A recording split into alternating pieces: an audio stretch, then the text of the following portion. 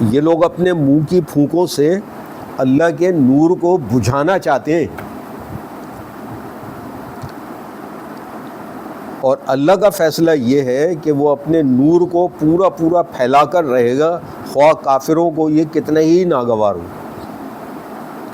اور وہی تو ہے جس نے اپنے رسول کو ہدایت اور دین حق کے ساتھ بھیجا ہے تاکہ اسے پورے کے پورے دین پر غالب کر دے، خواہ مشرکین کو یہ کتنا ہی ناگوار ہو۔ اس کو ترجمہ اس طرح سے بھی کر سکتے ہیں کہ پورے کے پورے دین پر غالب کر دے، یا یہ کہ تاکہ اسے پوری جنس دین پر غالب کر دے۔ یہ میں نے آپ کے سامنے سورۃ الصف کی آیت نمبر 8 اور 9 تلاوت کی اور ترجمہ پیش کیا ہے۔ اچھا، یہ جو آیت ہے نا، یہ هو الذی ارسل رسولہ بالہدی ودین الحق، یہ سورۃ التوبہ کی 33 نمبر کی آیت بھی ہے، اور سورۃ الفتح میں بھی یہ آیت ہے، لیکن اس میں جو اگلا ٹکڑا ہے اس کا ولو کرہ المشرکون کی جگہ پر ہے وکفیٰ باللہ شہیدا۔ تو میں یہ آپ کو تینوں مقامات کے بارے میں بتاؤں گا کہ یہ کون سے 3 موقع تھے جب یہ نازل ہوئی، 3 مختلف موقعوں پر۔ تو لیکن اس میں جو لفظ آیا ہے نا، وہ سب سے پہلا وہ آیا ہے دین کا لفظ، کہ وہ دین پر غالب کر دے، پوری جن سے دین پر غالب کر دے۔ تو دین سے مراد کیا ہے؟ دین سے مراد ہے نظام زندگی یا طریق زندگی، وے آف لائف، یا جس کے یعنی ایسا نظام جس کو قائم کرنے والے کو سند اور مطاع تسلیم کرتے ہوئے، یعنی جس کی اتباع کی جائے، جس کی پیروی کی جائے، یہ تسلیم کرتے ہوئے اس کی پیروی کی جائے، اس نظام کی پیروی کی جائے، تو اس کو دین کہتے ہیں، اس چیز کو دین کہتے ہیں۔ تو آپ صلی اللہ علیہ وسلم کی بعثت کی جو غرض و غایت ہے وہ یہی ہے کہ جس ہدایت اور دین حق کو وہ خدا کی طرف سے لائے ہیں اسے دین کی نوعیت رکھنے والے تمام طریقوں اور نظاموں پر غالب کر دیں۔ رسول کی بعثت اس لیے نہیں ہوتی کہ جو نظام زندگی وہ لے کر آیا ہے وہ کسی دوسرے نظام زندگی کا تابع اور اس سے مغلوب بن کر اس کی دی ہوئی رعایتوں اور گنجائشوں میں سمٹ کر رہے، اس لیے نہیں آیا دین، بلکہ وہ مالک ارض و سما کا خود نمائندہ بن کر آتا ہے اور اپنے بادشاہ و مالک کے نظام حق کو غالب دیکھنا چاہتا ہے۔ اگر کوئی دوسرا نظام زندگی دنیا میں رہے تو اسے خدائی نظام کی بخشی ہوئی گنجائشوں اور رعایتوں میں سمٹ کر رہنا ہوگا، جیسا کہ جزیہ ادا کرتے وقت ذمیوں کا نظام زندگی رہتا ہے، نہ یہ کہ کفار غالب ہوں اور دین حق کے ماننے والے ذمی بن کر رہ جائیں۔ کیا خیال ہے؟ یہ ابھی تو میں ترجمہ اور اس کی تشریح پیش کر رہا ہوں، پھر میں آپ کو بعد میں بتاؤں گا کہ یہ جو ہے نا ذمی، یہ ہم پوری دنیا میں اس وقت ذمی بن کر رہ رہے ہیں، الٹا معاملہ ہو رہا ہے۔ یہ بعد میں بات کروں گا، ابھی ذرا اس کی ترجمہ صحیح طرح سے تشریح ہو جائے۔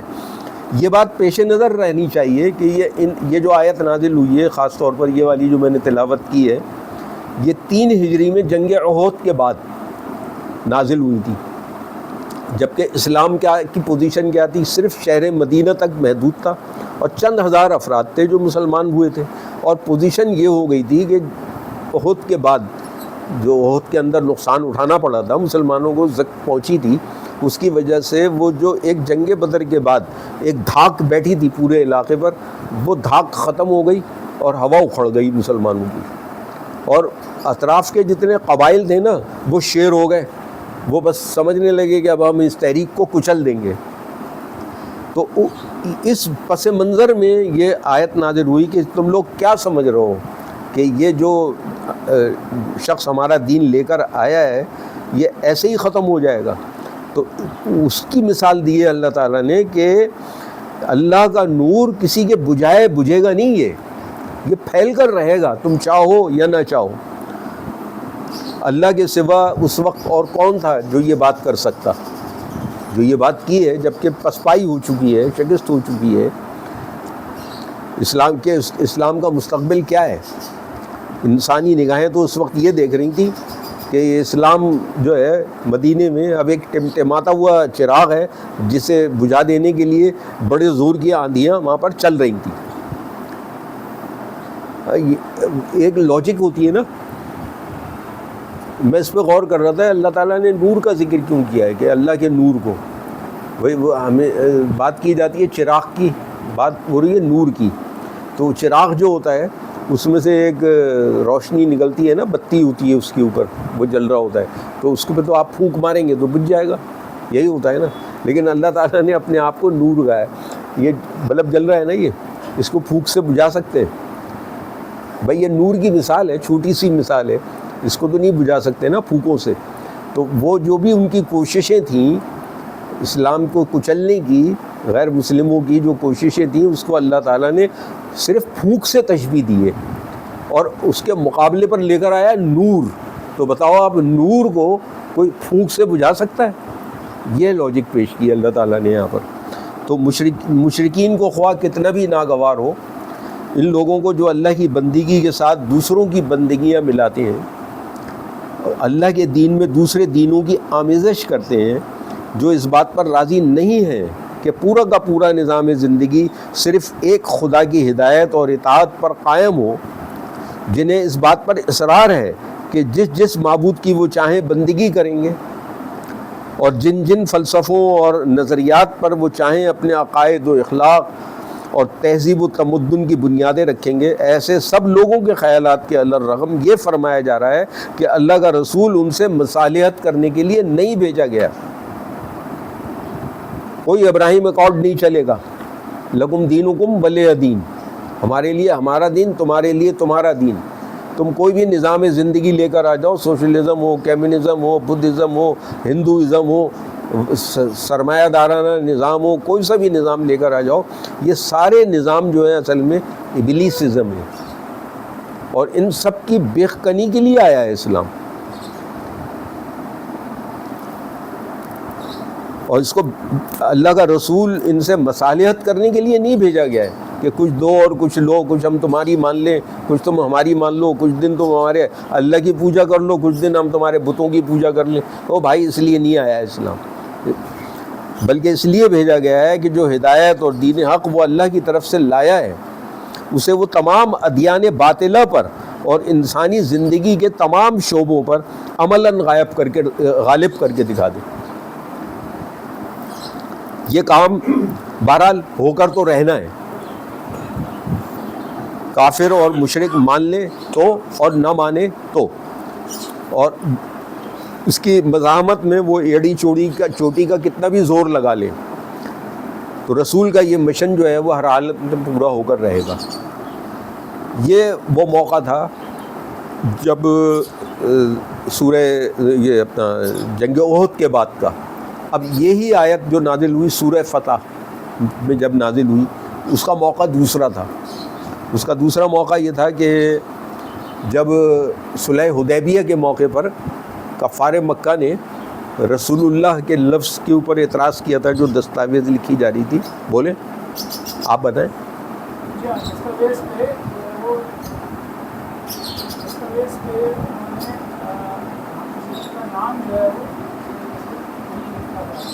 رسول اللہ اس پر اعتراض کیا تھا۔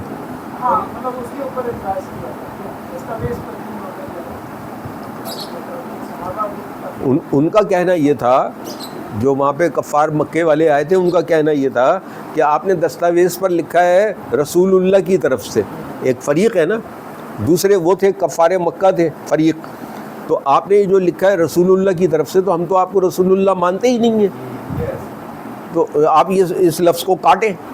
تو انہوں نے کہا بھائی صحیح ہے، ٹھیک ہے، اس کو کاٹ دو۔ وہ دستاویز لکھی تھی حضرت علی رضی اللہ تعالیٰ عنہ نے، ان سے کہا کہ اس کو رسول اللہ کو یہاں سے کاٹ دو۔ تو حضرت علی کہنے لگے یہ لیکن یا رسول اللہ، میں تو آپ کو رسول مانتا ہوں، میں کیوں کاٹوں؟ بالکل صحیح ہے، لاجکلی تھی بات۔ کہنے لگے اچھا چلو میرے پاس لاؤ دستاویز۔ وہ ان کے پاس آئی، کہاں لکھا ہے؟ یہ لکھا ہے۔ انہوں نے وہاں سے کاٹ دیا اور کہا لکھ دو یہاں پر محمد بن عبداللہ۔ اب یہ جو کام ہو رہا تھا، اس پر قرآن کی آیت نازل ہوئی ہے۔ یہ هو الذی ارسل رسولہ بالہدی ودین الحق لیظہرہ علی الدین کلہ ولو نہیں، اس کا یہاں پر آ گیا وکفیٰ باللہ شہیدا. وکفیٰ باللہ شہیدا یہ کہ اللہ کی گواہی اس کے اوپر کافی ہے.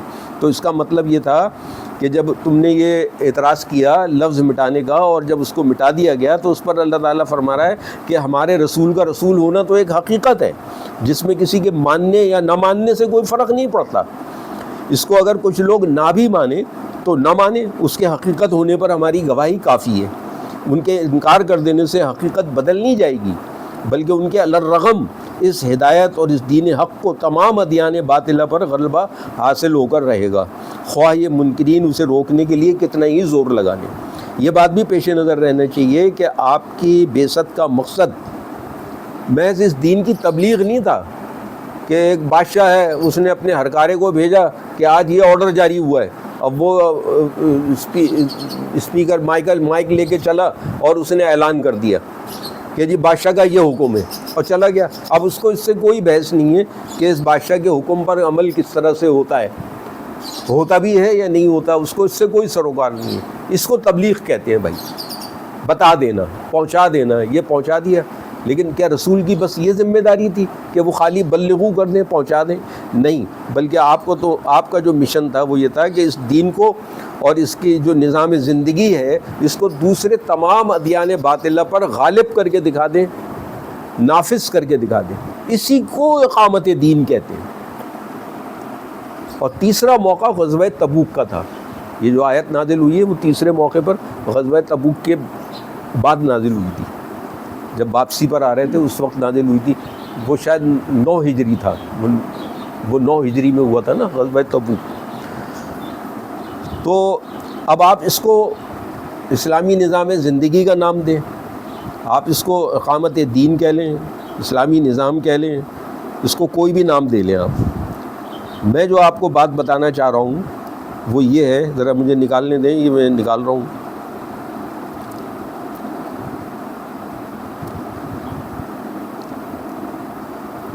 ابھی اسی سال کی بات ہے،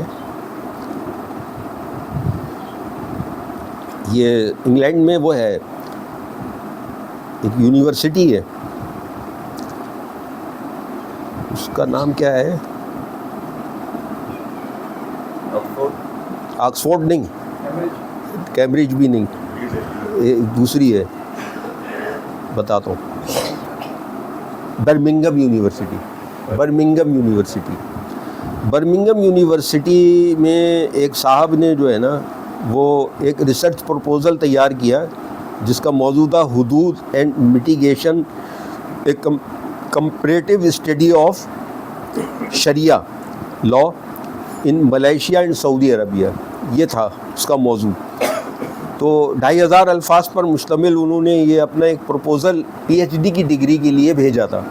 تو برمنگھم یونیورسٹی میں پڑھا رہا وہ کافی عرصے تک، خاموشی رہی کئی مہینے تک.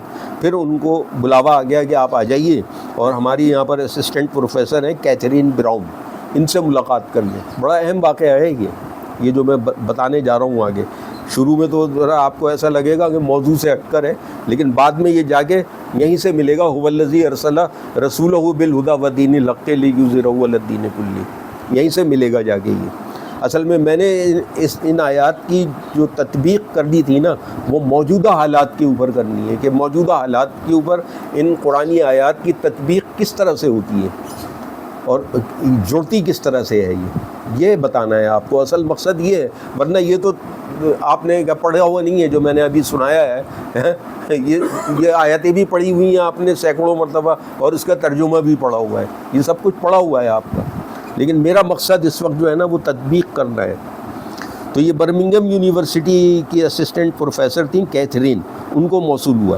یہ وقت مقررہ پر جب وہاں پر پہنچے تو انہوں نے کہا کہ یہ جو آپ نے موضوع ہمیں دیا ہے نا اس پر آپ کیوں محنت کر رہے ہیں؟ ایک تو یہ اس میں ٹائم بہت لگے گا، دوسری یہ کہ اس میں فنڈنگ بہت ہوگی، اور اس کے اوپر ہم فنڈنگ نہیں کر سکتے، اس موضوع کے اوپر ہم فنڈنگ نہیں کر سکتے. تو آپ ایسا کریں کہ میں آپ کو ایک موضوع دے رہی ہوں. اچھا، یہ ان کا تھیولوجیکل ڈپارٹمنٹ ہے. آپ کو پتہ ہے نا تھیولوجی کس کو کہتے ہیں؟ وہ جو عیسائیوں کے یہاں یہ ٹرم جو ہے نا مشہور ہوئی تھی تھیولوجی، یعنی جو مذہب کو اوپر لے کر آتے ہیں اور وہ کہتے ہیں کہ جو کچھ بھی ہوگا وہ مذہبی، ان کے چرچ میں پادری وغیرہ، اور پھر یہ 17ویں صدی میں جا کے جو ہے نا وہ ایک مذہبی طبقے سے ایک نفرت وہاں پر پیدا ہوئی تھی نا. ہاں نہیں پروٹیسٹنٹ نہیں، پروٹیسٹنٹ تو ایک فرقہ ہے.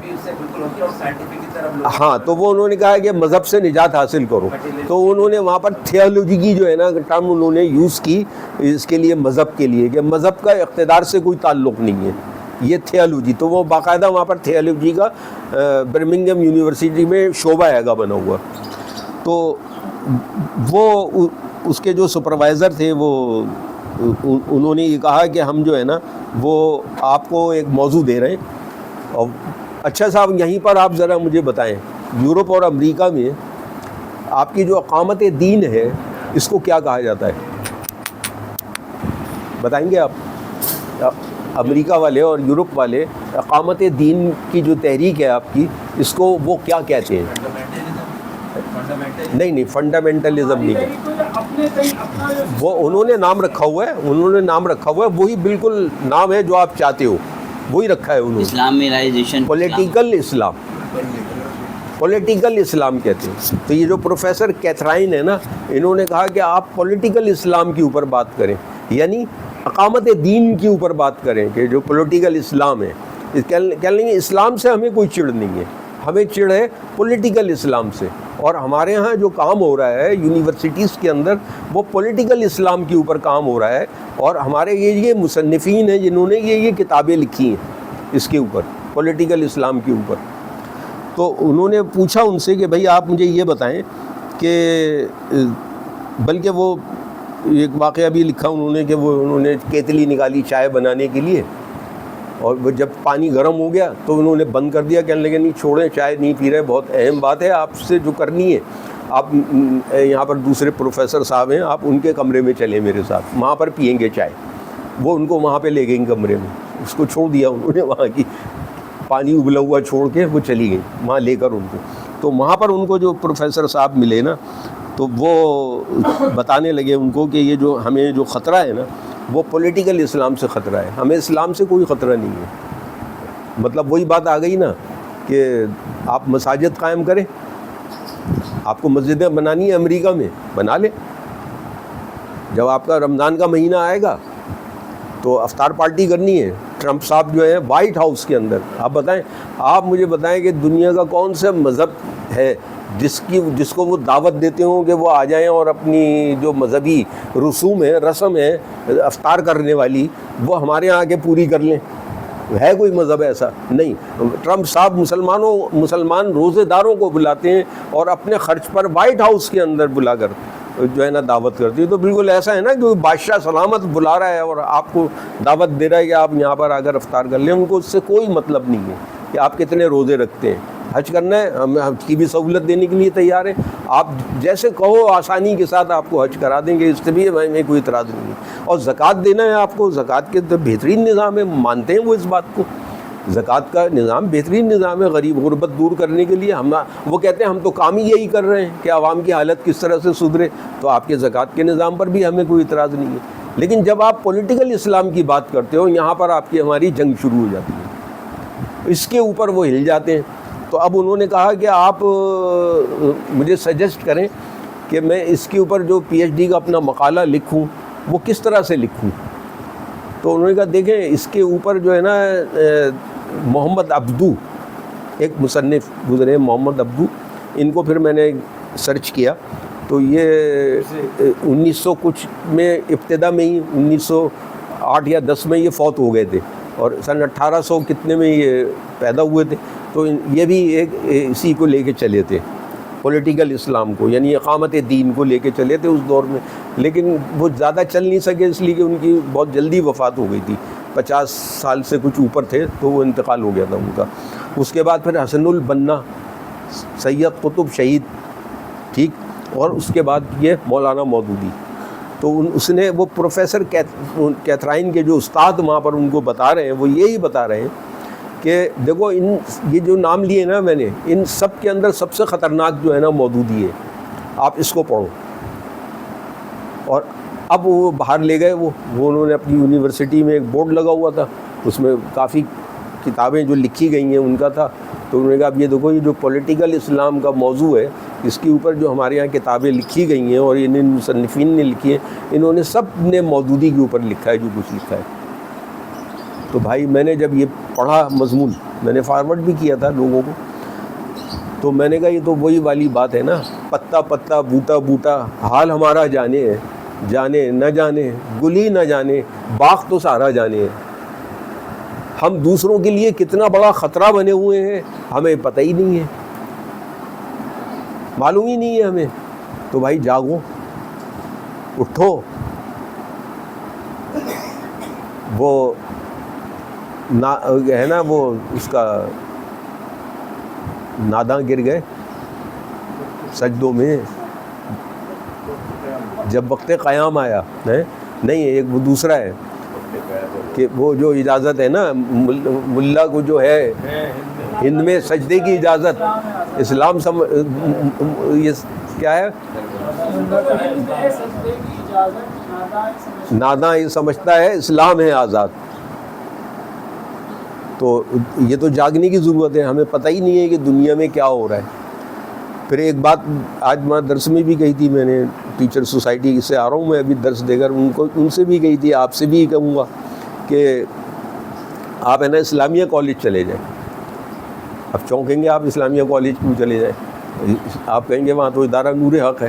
نہیں، میں ادارہ نور حق نہیں بھیج رہا آپ کو، آپ اسلامیہ کالج پر ایک گلوب بنا ہوا ہے، دنیا کا نقشہ بنا ہوا ہے، وہاں پر چلے جائیں اور وہاں ذرا دور کھڑے ہو کر سوچیں کہ میں اس کے اوپر کھڑا ہوا ہوں اور مجھے جو اللہ تعالیٰ نے بھیجا ہے نا وہ یہ کہہ کر بھیجا ہے کہ یہ میں نے جو یہ ورلڈ بنائی ہے نا، یہ جو گلوب ہے نا، یہ میں نے اپنے مومن بندوں کے لیے بنائی ہے۔ کتنی بڑی آفر ہے اللہ تعالیٰ کی طرف سے، یہ دنیا جو میں نے بنائی ہے یہ اپنے مومن بندوں کے لیے بنائی ہے، اور ان کا کام کیا ہے؟ ان کا کام یہ ہے کہ وہ برائی سے روکتے ہیں اور نیکی کا حکم کرتے ہیں۔ تو یہ دنیا ہمارے لیے میدان ہے، کام کا میدان ہے یہ دنیا۔ اب یہ آپ کہیں گے پھر یار یہ حافظ صاحب نے تو ہمیں گٹروں میں لگا دیا ہے، گلیوں میں لگا دیا صفائی میں، تو بھائی وہ اسی روز و شب میں الجھ کے نہ رہ جا، مقامات آؤ فقاں اور بھی ہیں، تو اور تیرے زمان و مکان اور بھی ہیں، اور ابھی عشق کے امتحان اور بھی ہیں۔ تو بات یہ ہے کہ یہ نکلیں گے تو یہیں سے، کرنا تو یہی ہے، لیکن مطمئن نظر وہی ہونا چاہیے، ٹارگٹ وہی ہونا چاہیے، ٹھیک ہے۔ اور اس کا رستہ ہے یہ خدمت جو ہے نا، عوام کی جو خدمت ہے، یہ ایک رستہ ہے، جس رستے سے ہم چلیں گے اور پہنچنا ہم نے وہیں پر ہے، پولیٹیکل اسلام کے اوپر یا اقامت دین کے اوپر، دین کو نافذ کرنے کی جد و جہد کرنی۔ تو آج کا درس میرا یہی تھا، اب اس کے اوپر آ جائیں آپ لوگ۔ پولیٹیکل اسلام کی پریکٹیکل، ہاں آپ ذرا ادھر آ جائیں، آپ کی آواز نہیں آ رہی، ادھر آئیں۔ مسئلہ یہ ہے کہ پولیٹیکل اسلام سے مراد ہے حکومت الہیہ کا قیام۔ بالکل آپ سمجھ رہے ہیں بات کو؟ جی، یعنی انسانوں کی حکومت، انسانوں کی حاکمیت ختم ہو جائے، کیونکہ انسان جب بھی حاکم رہا ہے اس نے انسانوں پر ظلم کیا ہے۔ یہی اللہ کے تمام انبیاء کو اللہ نے اسی مشن کے لیے بھیجا ہے، تو میری حکومت قائم کرو، حکومت الہیہ کا قیام، اللہ کا حکم نافذ ہوگا زمین پر، کیونکہ زمین آسمان ہر چیز کا مالک اور خالق جب اللہ ہے تو اللہ ہی کا حکم چلنا چاہیے، اور اللہ کے نزدیک تمام بندے برابر ہیں، تمام مخلوق اللہ کے نزدیک برابر ہے، اور اللہ سے بڑا انصاف کرنے والا کوئی نہیں۔ یہی حکومت الہیہ کا قیام ہے، یہی پولیٹیکل اسلام ہے کہ حکومت الہیہ کا کام۔ یہی اللہ کے نبی صلی اللہ علیہ وسلم نے کہا کہ لوگوں، میں انسانوں پر سے انسانوں کی غلامی ہٹانے آیا ہوں، اور یہی حضرت موسیٰ اور حضرت عیسیٰ علیہ السلام نے فرمایا تھا کہ میری بات مانو تو تم لوگوں کا جو بوجھ ہے وہ میں سب اتارنے والا ہوں، اور آسمانی بادشاہت میں چاہتا ہوں زمین پہ بھی آسمانی بادشاہت آئے، جیسے اللہ کی بادشاہت کائنات پر ہے ویسی اللہ کی بادشاہت زمین پر بھی ہے۔ وہ یہی ہے کہ حکومت الہیہ کا قیام، یہی پولیٹیکل اسلام ہے۔ آپ کو کچھ کہنا ہے؟ اور جو حضور سے جو لڑائی تھی عربوں کی وہ یہی تھی نا، انہوں نے اللہ کے رسول صلی اللہ علیہ وسلم نے فرمایا کہ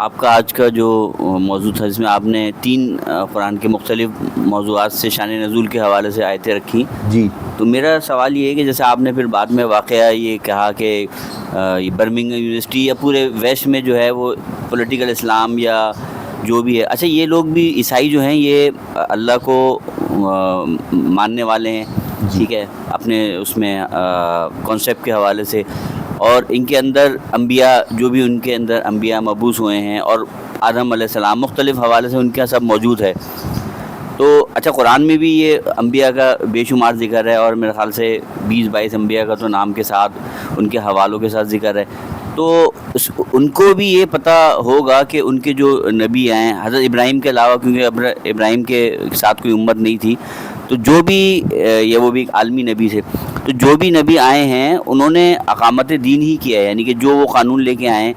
جو ان کے جو بھی اللہ کی طرف سے ان کو احکامات ملے تھے وہ نافذ کرنے کے لیے تھے نا، تو وہ اپنے حساب سے تو بہت سیدھے بنے ہوئے ہیں کہ بھائی ہمارا جو مذہب ہے ہم ابراہیم علیہ السلام کو مانتے ہیں، ہم فلاں کو مانتے ہیں یا فلاں کو مانتے ہیں، لیکن یہ کہ ہاں وہ انہوں نے بھی تو یہی کہا تھا کہ حضرت شعیب علیہ السلام نے، حضرت جو بھی تھے کہ بھئی یہ اللہ کی باتیں مانو تو تم پہ جو ہے وہ اللہ کی رحمت بھی ہوگی، تو اسلام کے بارے میں ان کو کیا وہ ایک چیز ہے کہ نہیں، اسلام وہ بات کر رہا ہے کہ جو ان کے انبیاء نے نہیں کری، بات تو ان کے انبیاء نے بھی یہی کی تھی نا، خود قرآن میں یہ ہے کہ سب نے یہ کہا کہ نبی اللہ سے جو ہم نے صورتیں پڑھی ہیں کہ ہر جو نبی نے آ کے یہ کہا کہ میں بھیجا ہوا ہوں اور وہی بات کروں گا کہ جو دوسرے انبیاء کرتے رہیں.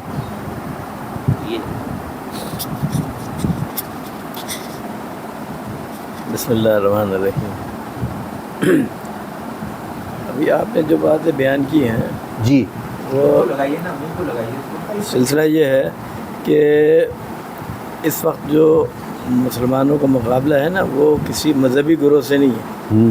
دنیا میں عیسائیت بھی ختم ہو چکی ہے، یہودیت بھی تقریباً ختم ہے، اس کا بھی یہ جو صہیونیت ہے یہ ان کا ایک سمجھ لے پروٹسٹنٹ جیسا گروہ ہے. مذہبی یہودی جو ہیں وہ تو ابھی بھی 3 داڑیاں رکھتے ہیں. نیو یارک میں آپ دیکھیں گے یہ بڑی بڑی داڑیاں بہت کم تعداد میں ہے ان وہ. کے تھا، وہ جو مطلب ہے اصلی اپنے آپ کو یہودی کہتے ہیں. تو آپ کو مقابلہ ہے مولدوں سے.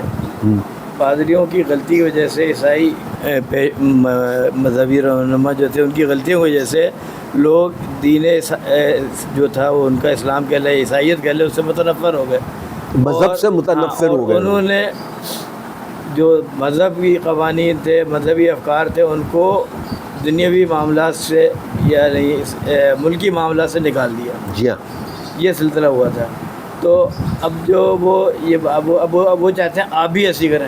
آپ کے اس پر مزاحمت ہے، وہ یہ چاہتے ہیں کہ آپ بھی ایسی کریں. انہیں اسلام کو ایز اے فیتھ رکھنے میں کوئی اختلاف نہیں ہے، ایز اے عقیدے کے طور پہ رکھو، نمازیں پڑھ لو، روزے رکھ لو، زکوٰۃ دے لو، ان سب چیزوں پہ اختلاف نہیں. لیکن جب آپ یہ کہیں گے کہ اسلام کو پریکٹیکل شکل میں لاؤ تو اس سے انہیں اختلاف ہو جاتا ہے. اس کی وجہ ہے جب پریکٹیکل شکل میں آئے گا تو ایک اتحاد پیدا ہوگا، امت کا تصور آئے گا اور خلافت بن جائے گی جیسے بنی پہلے، یعنی رسول اللہ علیہ وسلم کے بعد خلفائے راشدین کی، اس کے بعد امیہ کی، پھر اس کے بعد عباسیوں کی، پھر ایک 100-150 سال کا گیپ رہا، اس کے بعد پھر ترکی علی خلافت بن گئی. تو وہ بھلے بہت زیادہ اسلامائز نہیں تھے لیکن تھی وہ اسلامی اصولوں کے ہی انڈر میں، شریعت کا نظام ہی تھا، سب کچھ تھا. صرف یہ کہ انہوں میں جو خلیفہ کا یعنی جو سمجھ لے تقرر ہوتا تھا وہ بادشاہت کے ذریعے سے ہوتا تھا، مشورے سے نہیں ہوتا تھا جیسے پہلے ہوا کرتا تھا. تو وہ یہی چاہتے ہیں کہ اگر انہوں نے پریکٹیکل اسلام لیا ہے تو یہ پھر مضبوط ہو جائیں گے، اور مضبوط ہو جائیں گے تو ہم پر مسلط ہو جائیں گے، غالب آ جائیں گے. جی ہاں ایسا ہی. اور کئی چیزیں جیسے اس میں ہے نا کہ مشرکوں کو، کافروں کو کتنے ہی برا لگے یا انہیں کتنے ناگوار ہو، یہ ہو کے رہنا ہے. اسی طرح قرآن میں لکھا ہوا ہے، میں نے خود پڑھا، پچھلے دنوں بھی پڑھا تھا کہ یہود پر خاص کر کے ذلت و مسکنت مسلط کر دی گئی. یہ ان کو عارضی طور پر تھوڑی سی جو یہ بدماشیاں کر رہے ہیں نا، اس کے بعد بھی ان کا حشر ہوگا تو دنیا کے سامنے ہٹلر بھی بھول جائیں گے لوگ. یہ دیکھ لیجیے گا انشاءاللہ تعالیٰ، اگر ہم زندہ رہے تو دیکھ لیں گے. یہ ہونا ہے، اور ہو سکتا ہے کہ مسلمانوں کے ہاتھوں بھی ہو، غیر مسلموں کے ہاتھوں بھی ہو، کیونکہ وہ سمجھتے ہیں یہ دنیا میں ایک فساد کا بڑا سبب بنتا ہے. تو مسلمانوں کے جو صورت حال ہے وہ یہ کہ آپ اپنا کام کرتے رہیں، اور جب صورتحال ایسی بن جائے گی تو اللہ تعالیٰ آپ کو غلبہ دے دے گا. بقیہ یہ کہ آپ یہ چاہو کہ جی فوری طور پہ ہو جائے اور آپ کی تیاری ویسی نہ ہو تو ایسے نہیں ہوگا کام. جب وہ ایک صورتحال ایسی بن جائے گی, بھائی آپ افغانستان کی مثال بھی لے سکتے ہیں. 20 سال تک امریکہ اپنا سر پھوڑتا رہا, لیکن یہ کہ آخرکار ذلیلوں کو نکلنا پڑا اور کچھ بھی نہ کر سکے. کافی سارا نقصان ہوا, کئی ٹریلین ڈالر نقصان ہو گیا. ٹھیک ہے, اللہم آمین. الحمدللہ رب العالمین والصلاۃ والسلام